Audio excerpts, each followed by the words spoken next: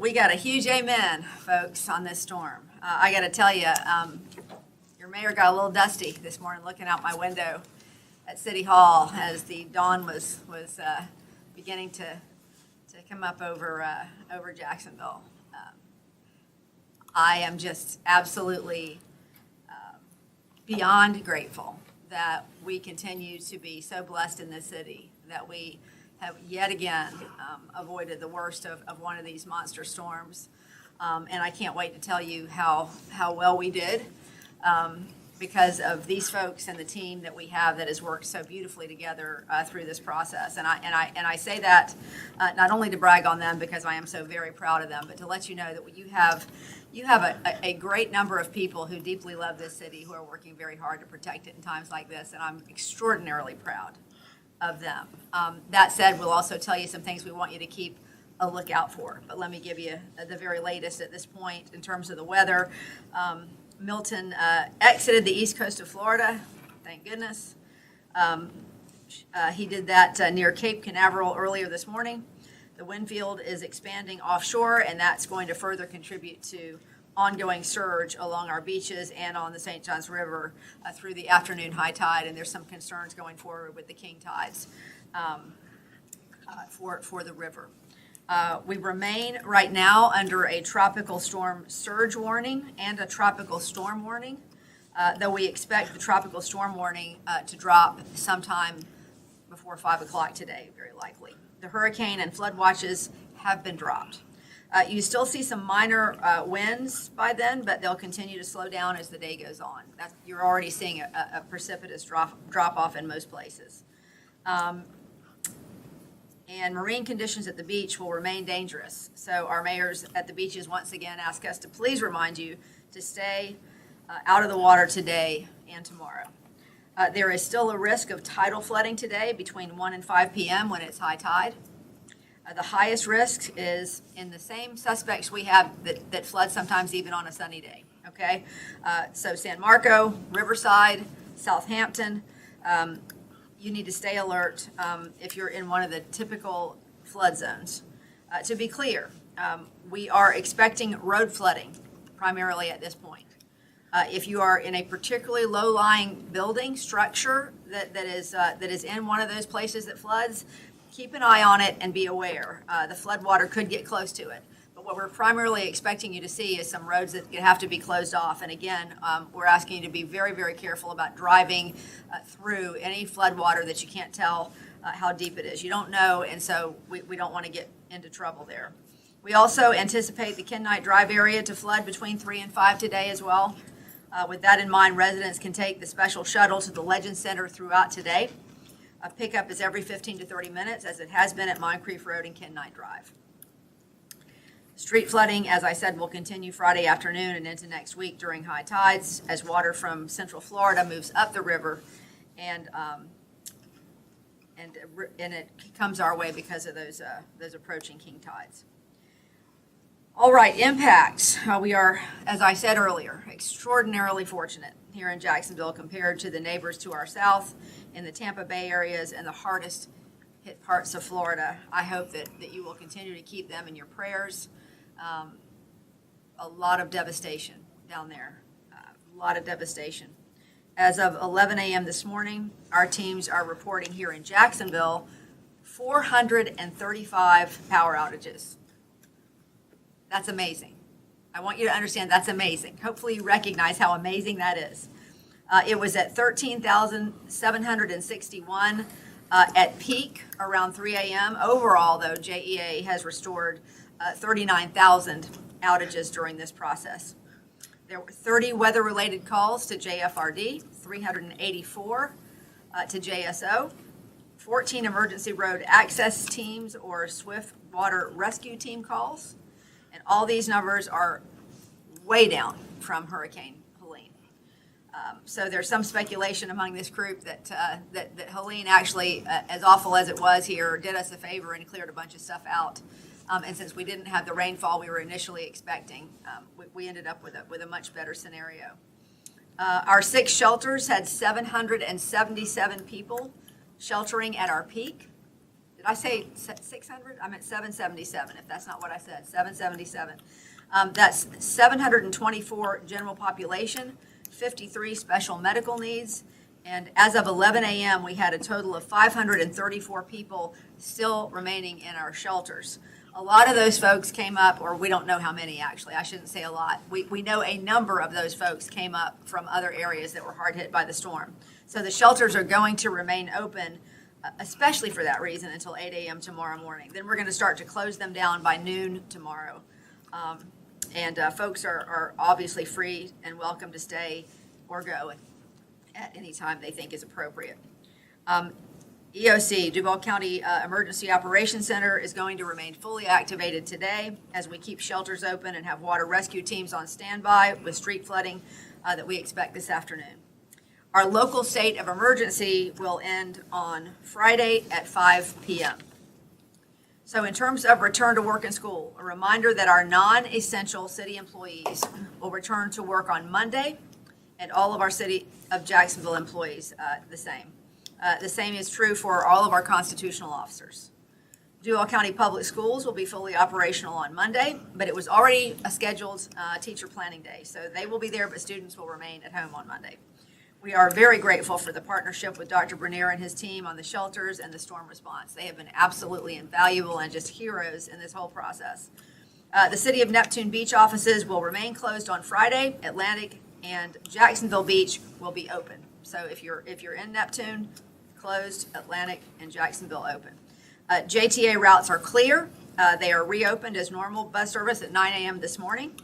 The only flood detour still in place right now is Route 19. That's Market Street between First and Orange near FSCJ downtown, but it is still running. The St. Johns River Ferry, Skyway, and Clay County Flex Magenta Line will reopen tomorrow. On those tiger dams that you've heard so much about and that many of you were out at, we've heard a lot of good feedback from the beaches and the community on those tiger dams that were installed at the beach access points. But while we appreciate very much the excitement, we have gotten reports from our mayors out there that a lot of folks are standing on the dunes, which is trampling those sprigs that we just planted for the new sea oats. It's extraordinarily important that you stay off those dunes. If we want that beach renourishment to continue to work at its best, those things need to flourish, and people need to stay off of them as they're getting settled. So if you're going to go out and take a look, please stay off the dunes. As far as gas stations go, Gate Petroleum was working on reopening all of their stations as of early this morning. JFRD, I want to brag again for a moment on our ERAT teams. They're closing out tickets and they're going to remain in service through the afternoon. We're keeping swift water rescue teams in place for the street flooding we expect this afternoon, and they're working with the state on sending personnel to the hardest hit parts of Florida. In fact, I want to give you the latest on those teams that I told you we sent out yesterday. Those 12 teams that went out, they were in Ocala as a staging area until 2 a.m. this morning. They were sent out at 2 a.m. And as I told you, they are the elite teams of the state. So they were sent to the hardest hit area, which was determined to be Treasure Island, which is one of those little barrier islands that borders Sarasota. And they are there now clearing roads and doing their best to rescue folks that are there. So really so incredibly grateful to them. JSO last night, there were no conditions that caused us to close the bridges. Today, JSO has traffic units on standby to shut down any flooded streets this afternoon. They're also working with the state on support requests to help down in Central Florida. As far as Public Works is concerned, they are monitoring the tiger dams and pumps during the flooding that is expected this afternoon. We still have those pumps in place in San Marco. We still have the tiger dams in the areas that we already told you about. The tree crews are currently working 17 tickets.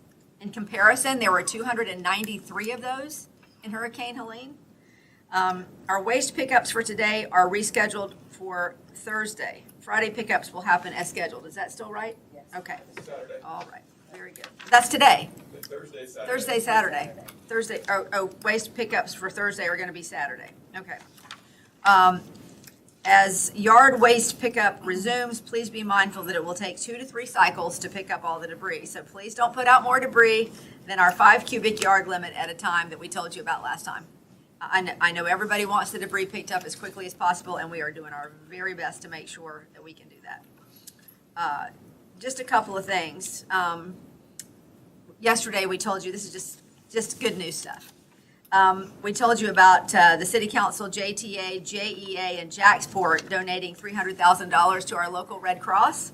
Well, I'm thrilled to tell you now that the Jacksonville Jaguars Foundation is kicking in another $50,000 for the Red Cross, and we're very grateful to them, Shad Khan and Mark Lamping, for that additional contribution. So that's $350,000 to our local Red Cross, who is just doing so much good work during all of this. So thank you to them. I think I have given you the update about our ERAT team, and I want to say again about that team. They are the same team that was in Madison when Helene hit, then went to North Carolina, then came back here and had one night of sleep, and then went back out and are in Treasure Island this morning. So just grateful to JFRD, JSO, the line crews that make up those teams. They're just incredible humans. As far as transportation is concerned, the airport is still open. Airport never closed. There were 25 flights that were canceled as far as we can tell. Passengers, though, are strongly encouraged to check with their respective airlines to verify if their flights are on schedule. Jacksport remains closed today, and they anticipate reopening shore operations tomorrow. They're also coordinating the Carnival Elation cruise ship arrival pending a sign-off from the Coast Guard. And I think if you park your car in one of the city-owned garages downtown or at the King Street garage, it will be free of charge through tomorrow. And I want to make sure that you all know, too, because we've had some questions from people who said that they were concerned about security at those garages. JSO, as we told you initially, is making sure that there's security at every one of those garages. So don't worry about your cars if they're there. They have been and will continue to patrol that area for security. If you see a down power line, please call 630-CITY. And if you suspect it's a safety issue or something is sparking, of course, we want you to call 911. Our Jack's Ready dashboard that we told you about yesterday is up and fully functional. We've had another 10,000 visitors to that dashboard just overnight. So people are really utilizing it, and we appreciate it because we're putting all the latest information on Jack's Ready. But you can go onto the dashboards and select Jack's Ready and see exactly how that's working.